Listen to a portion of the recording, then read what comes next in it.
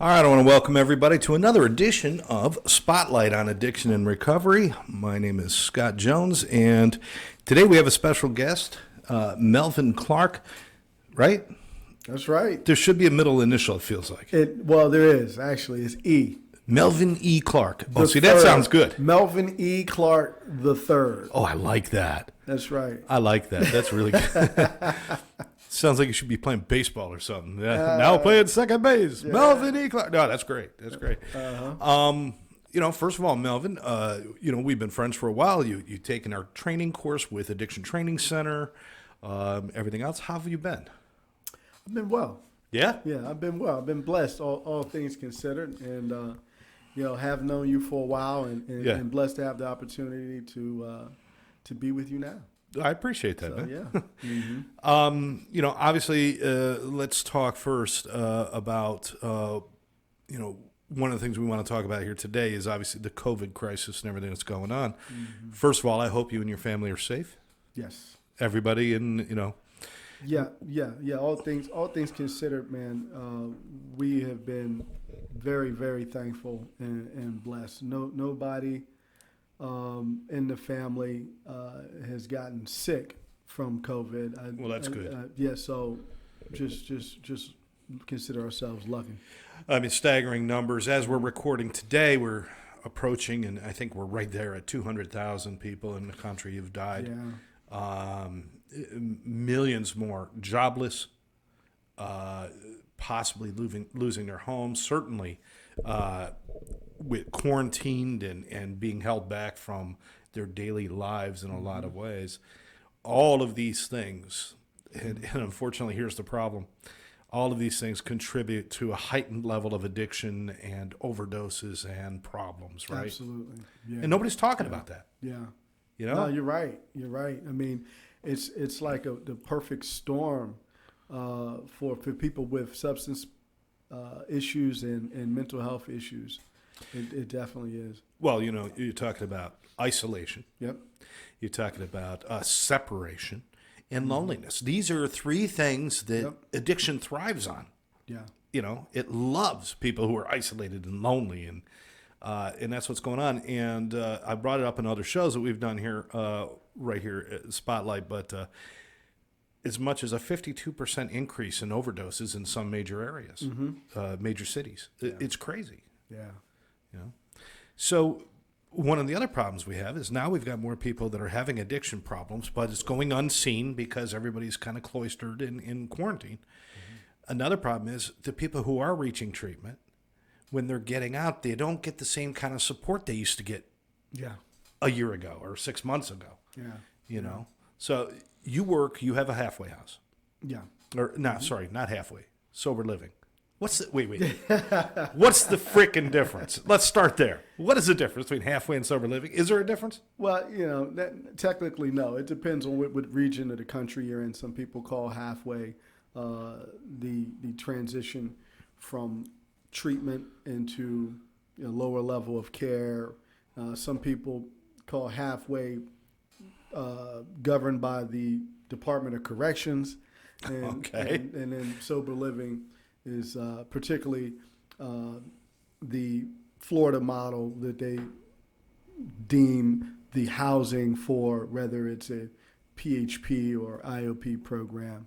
But what the Liberation House is, we have three actually residences for men in Delray Beach, Florida. We are a cash pay halfway house, FAR certified and CICRA certified for men in the Delray Beach area. So who would be coming to your place, Liberation House? Would that be somebody right out of treatment, or what are the circumstances that would bring somebody to you? Yeah, the ideal candidate is one who's completed at least 30 days of detox and residential treatment. Some may come directly from a PHP or IOP program as well, where they're ready for the next phase of independent living. Well, let's put another circumstance out there, and not a lot of people talk about this, but I think it's important. There's a lot of people that go into a recovery program or a treatment center, and then they go home. But almost immediately or within a few days, they realize this is not a good environment for me. Sometimes it really takes a strong aftercare plan followed up by some continuous living skills, learning how to live sober, learning how to, transition back into some sentiment of normality in your life, and that's going to meetings, working, maybe volunteering, going back Right. to school, being surrounded by individuals that are like-minded for that type of support and accountability, which we feel is necessary for anybody getting out of treatment. Now, you speak very eloquently about this, but this is also very passionate for you as well. Absolutely. Yeah. Because you and I both have walked certain walks, and we've had to travel our own, so that what we do is very passionate for us. Tell me about how you feel. There's a lot of places out there that are opening up sober livings, halfways, that really do not service the client. Is that frustrating when you're trying to do the right thing to have that much going on around you? Well, yeah, it is. It is frustrating, but at the same time, I try to focus on what I need to be doing as not just a business owner, but as a man who is in recovery and, in a sense, feels responsible for every resident that steps foot on the property. Right. What I need to be doing to provide the structure, accountability, the support, the compassion, the direction, the guidance, even some coaching, just so that individual can be successful. I want to give somebody all the tools necessary, all the tools necessary, the right, I guess you could say tough love when it's necessary. Sure. But all the support and I'm the type that stays in communication with the families. I believe that we can recover when we're all in communication and working on something. A lot of times these families would need that support and accountability themselves because Absolutely. of taking care of a loved one with an addiction. So, I'm about using all the tools necessary because it is no one size fits all. But I know as long as I stay, willing and compassionate and open-minded, I have to stay open-minded too because the way that worked for me or the way that works for you may not work for this guy, but my job is to find out what works for him, So, and I like that in spite, you didn't take the bait on what I was saying about, I hate all those people. You're saying in spite of all that, I got to do the right thing anyway. It doesn't matter. Yeah. So I got to do the right thing. But because there are some that aren't too good, let's be honest. In any business, you're going to find certain ones that are good, some that are not so good. Yeah. Somebody who is a novice, we'll say, as far as either families who this is their first time really dealing with this, or somebody coming out of addiction treatment or looking for a safe place.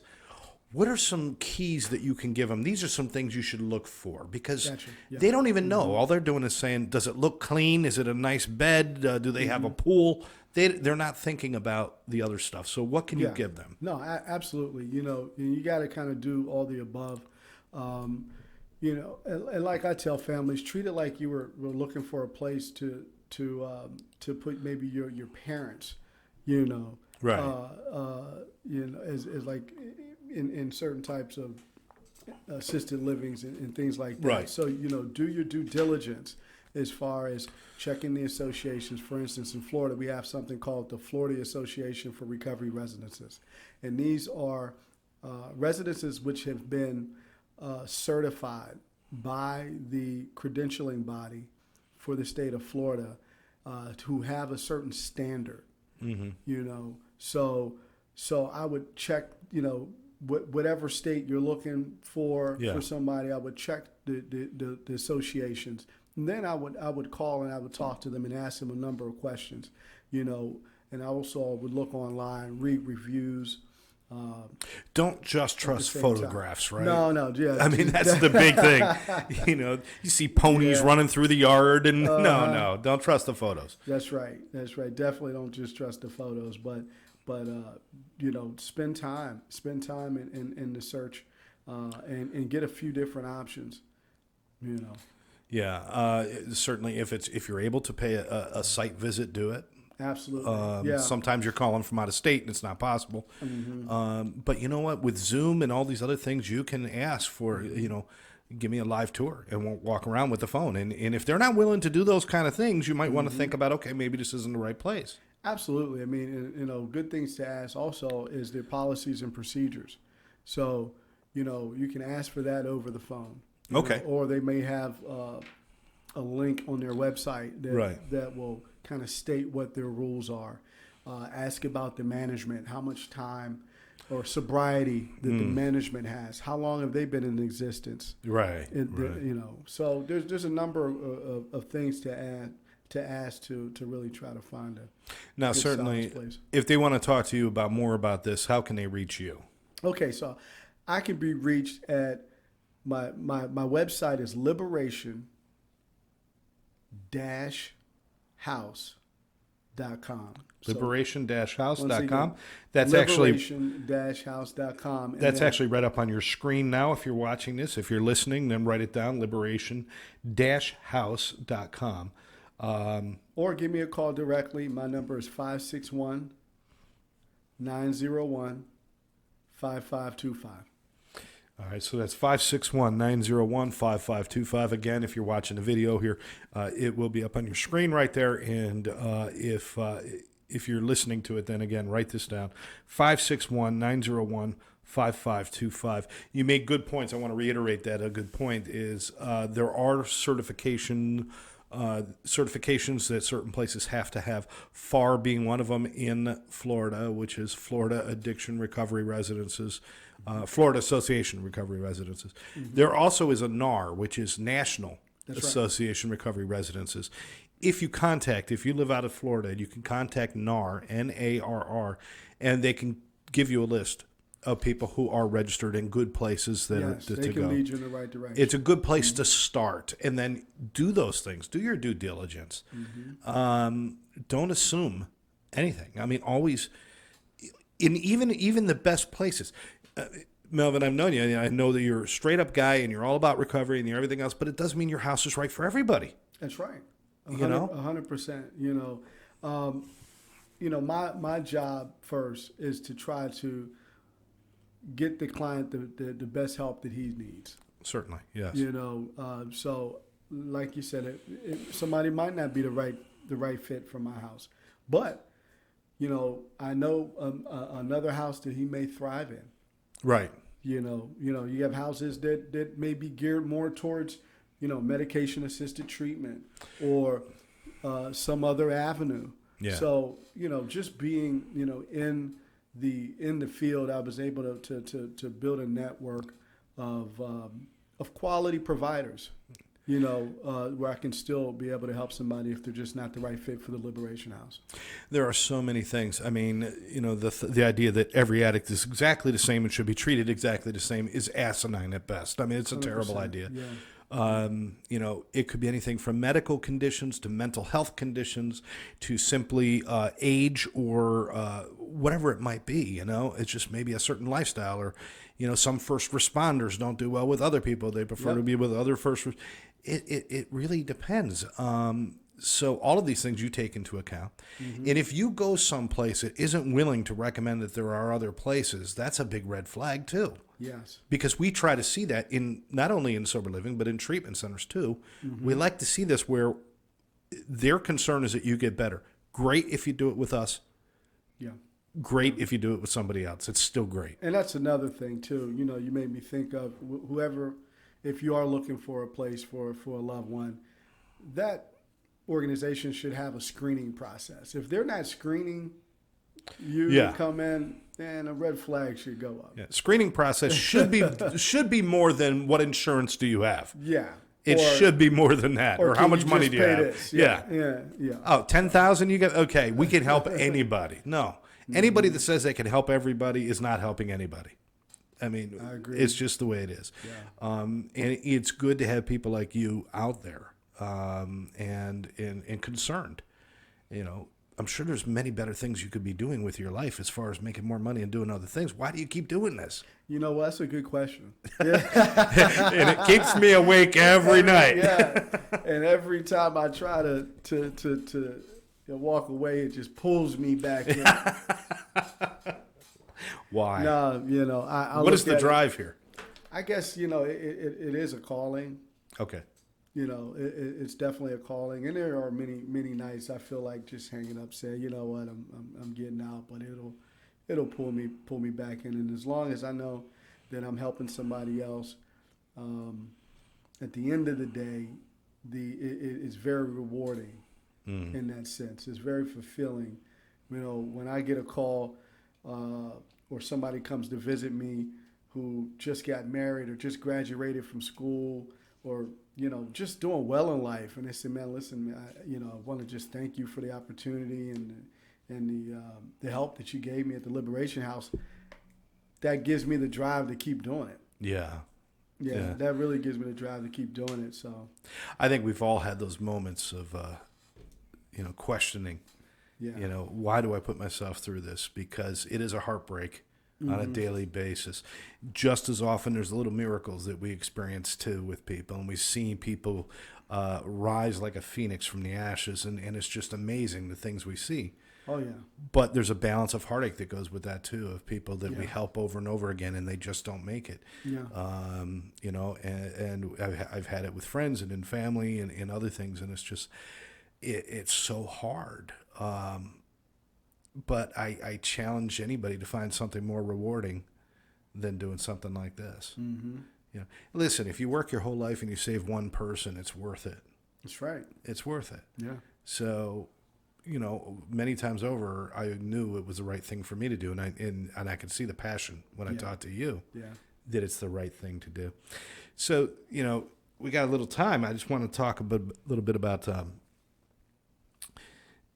with the COVID and with all this stuff going on. And we started talking about it, then we got off on the sober livings. Yeah.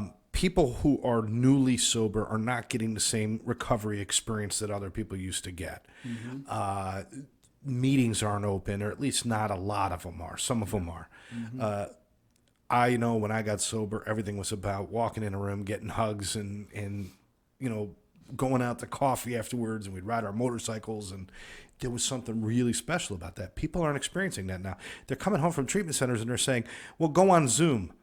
It doesn't give you the same. It helps. It definitely helps, but it's not the same. I mean, have you seen this? I mean, have you helped people deal with this? Yeah, 100%. I mean, we had to go through it, and it was definitely different. It was unlike anything we've ever experienced, and we're still sort of going through it. You know, one of the things I did was start to bring meetings inside. So bring meetings inside the housing. Okay. Social distancing, where they're still able to hear a message of hope, a message of recovery. But Zoom meetings and in the rooms have become a norm for a lot of the guys. And now they're starting to go to more meetings in person. But for anybody new in recovery, man, it definitely is different than it used to be. Yeah. But one thing that I just believe, when you have been, I guess, desperate enough, you almost go through any lengths that it'll take. Right. And so just as long as we have the predecessors that are there with our hand out to help, whether that's a video call, whether it's just on the phone doing step work. I do step work on the phone with guys because of the whole COVID-19, and we're not able to meet in person. And I have a lot of guys who stayed sober through this thing.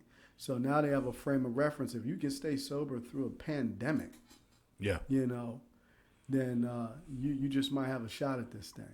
That's true. So it's just been pivoting, as best as we can.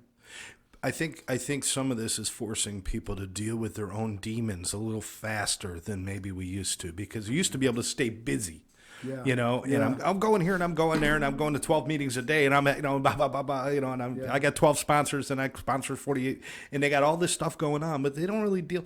But there's a lot of sitting by yourself these days. There's a lot of self-motivation that has to happen. And that means you got to deal with a lot of your own crap, like right up front. That's right. But I agree with you. If you can do that, the strength of your sobriety is going to be exponentially stronger. I mean, it's going to be so. great. Yeah, I believe. That's really cool.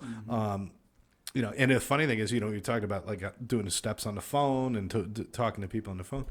I mean, a year ago, the whole thing was, you know, oh yeah, the phone felt like 100 pounds and I didn't call anybody and I didn't. Now that's the only way you could do anything. Yeah. You know, phoning and texting. Have you ever had anybody try to do the steps with you with texting?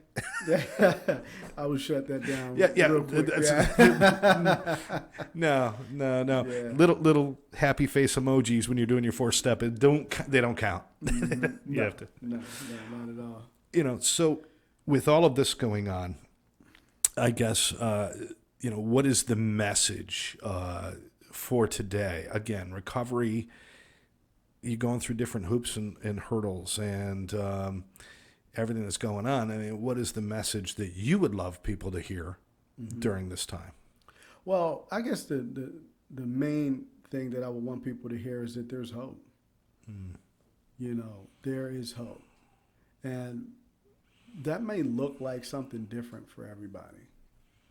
Like I mentioned earlier, it may look a little bit different for somebody than it did for me or for you. Right. But if you can find just a little bit of hope and just a little bit of willingness, Yeah. then I think that's enough to get you started. Because that's what I had a little bit of willingness. Mm-hmm. And I used just that little bit of willingness I had to do something different, to do something that was going to help save my life. And here I am today. So that's what I would say. I would just say there's hope. Hope is a hard one because hope is that extension of I want this and I think I can get this and it's there. But the difference between knowing something and hoping is you have to put hope out there not knowing exactly what that path is. Exactly. You know, I know I can be better. I have no freaking clue how, but I just know I can. That's the essence of hope. Yeah. And then the willingness is, let me find the way. Yeah. You know, my way, your way, anyone's way. It's got to be a way. That's you right. know. Yeah. So that's cool. I agree with you. Hope. I also want to. I think it's very important during these times. If you have somebody that you care about that has suffered from addiction, maybe they're new in recovery, or maybe they haven't been in recovery. It's really easy to lose track of people during this time. So make sure.